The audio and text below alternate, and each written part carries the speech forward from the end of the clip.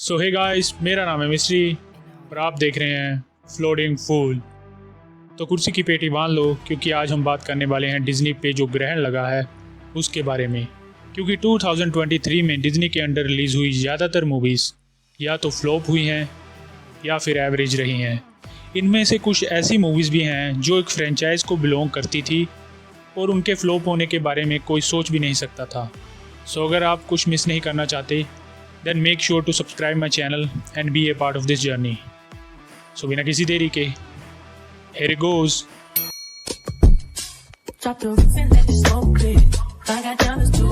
तो इस साल के आधे से ज़्यादा बीत जाने तक हमने कई बेहतरीन मूवीज़ देख ली हैं और लगता है कि उल्टी गंगा बह चुकी है, क्योंकि जहां बॉलीवुड इंडस्ट्री में सभी स्टूडियोज़ को सक्सेसफुल मूवीज़ मिल रही हैं, वहीं हॉलीवुड में बड़े बड़े स्टूडियोज़ जैसे वार्नर ब्रोस और डिज्नी को फेलियर्स का सामना करना पड़ रहा है।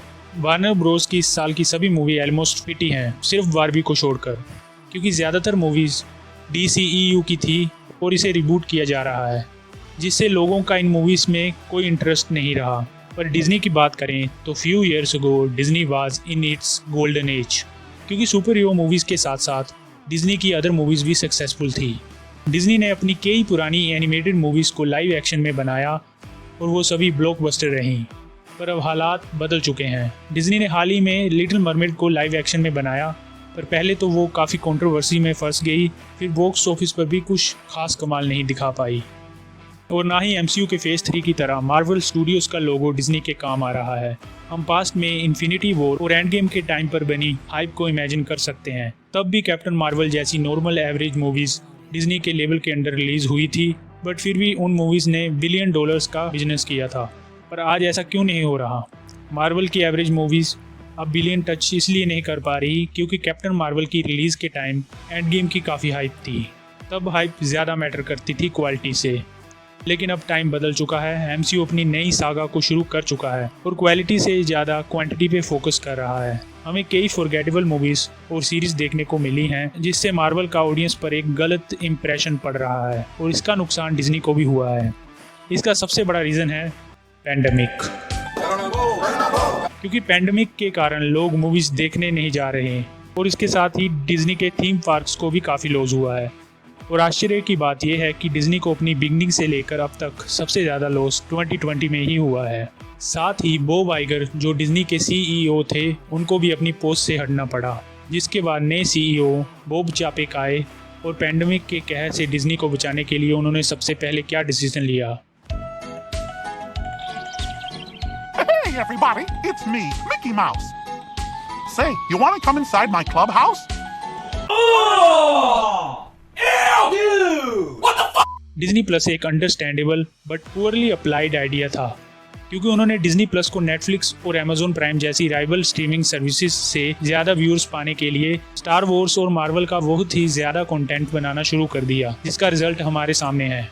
क्वालिटी में ज़्यादा कमी आई है क्योंकि क्वांटिटी बढ़ाई गई है, और सुपर हीरो फटीग भी फील हो रहा है, क्योंकि मार्वल की 3 मूवीज़ तो रिलीज़ हो ही रही हैं, बट उसके साथ डिज्नी 4 सीरीज़ और 2 हॉलीडे स्पेशल भी रिलीज़ करने लगा है। कुछ चीज़ों का इफेक्ट कुछ टाइम बीत जाने के बाद ही पता चलता है। MCU के साथ भी कुछ ऐसा ही हो रहा है। मार्वल की सीरीज शुरुआत में तो ठीक ही थी, क्योंकि WandaVision, falcon and the winter soldier और लोकी में क्वालिटी की कोई कमी नहीं थी, but last year miss Marvel और शी हल्क से खामियां सामने आने लगी। काफ़ी ज़्यादा प्रोडक्ट्स होने के कारण VFX आर्टिस्ट को टाइम नहीं मिल रहा है इनकी कमियां छुपाने में, और सीक्रेट इन्वेजन को देखने के बाद वी नो दैट कि ना सिर्फ स्पेशल इफेक्ट्स बट स्क्रिप्ट्स पर भी काफ़ी फ़र्क पड़ा है। इसका मतलब ये नहीं है कि मार्वल ने ऐसे डाउनफॉल का सामना पहले नहीं किया। द अवेंजर्स के बाद मार्वल ने थोर द डार्क वर्ल्ड और एज ऑफ अल्ट्रॉन जैसी एवरेज रिव्यूड मूवीज़ भी दी थी, बट 2014 में एक बैंग के साथ विंटर सोल्जर और guardians of the Galaxy volume 1 I, and rest is history. Actually इस वीडियो के ज़रिए मैं आपको ये बताना चाहता हूँ कि कैसे पुअर मैनेजमेंट एक ऑर्गेनाइजेशन की वाट लगा देती है। मामू लेट जा, तेरी तो वाट लग गई है। लेकिन अच्छी बात यह है कि डिज्नी के CEO की पोस्ट से बॉब चापेक को रिमूव कर दिया गया है और बॉब आइगर वापस लौट आए हैं, क्योंकि उनके अंडर डिज्नी अपनी फुल ग्लोरी में था। तो हम ये एक्सपेक्ट कर सकते हैं कि क्वालिटी में अब इजाफा होगा, क्वांटिटी में नहीं, और इस चीज़ का रिजल्ट हमें 2024 या 25 तक देखने को मिलेगा, क्योंकि गुड थिंग्स टेक्स टाइम। पर मुसीबत यहीं ख़त्म नहीं हुई। चाहे बॉब आइगर पैंडेमिक से बच गए हों बट उनके सामने एक और बड़ी मुसीबत आ चुकी है।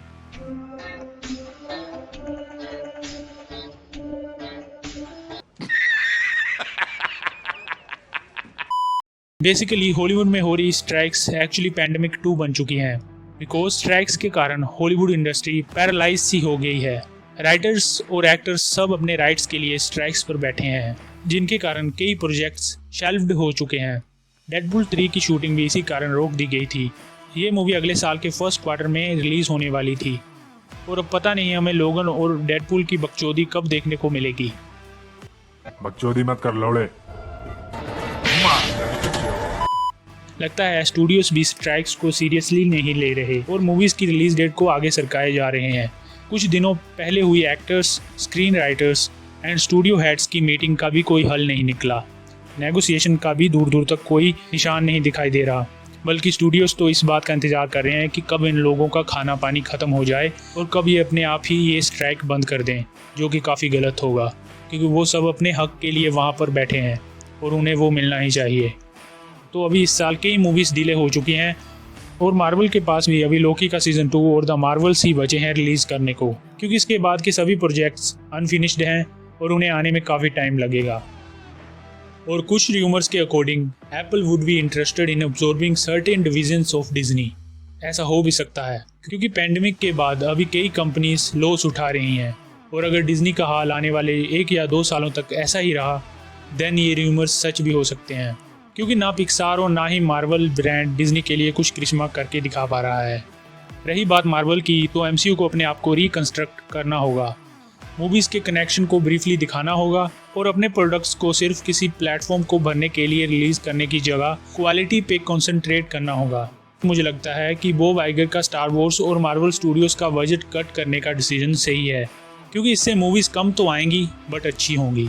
इसलिए मुझे लगता है कि जब डेडपूल 3 और सीक्रेट वॉर्स जैसी मूवीज़ आएंगी तो ये सभी बॉक्स ऑफिस सक्सेस हो सकती हैं, क्योंकि हमें पता है कि नॉस्टैल्जिया एंड गुड स्टोरीज़ हमेशा चलती हैं।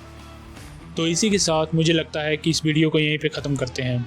उम्मीद है कि आपको ये वीडियो अच्छी लगी होगी। Then please like and share this video. और मैं ऐसे ही मूवीज़, सीरीज़ और सुपर हीरो कंटेंट के बारे में अपने चैनल पर बातें करता रहता हूँ। So please make sure to subscribe my channel. Until next time.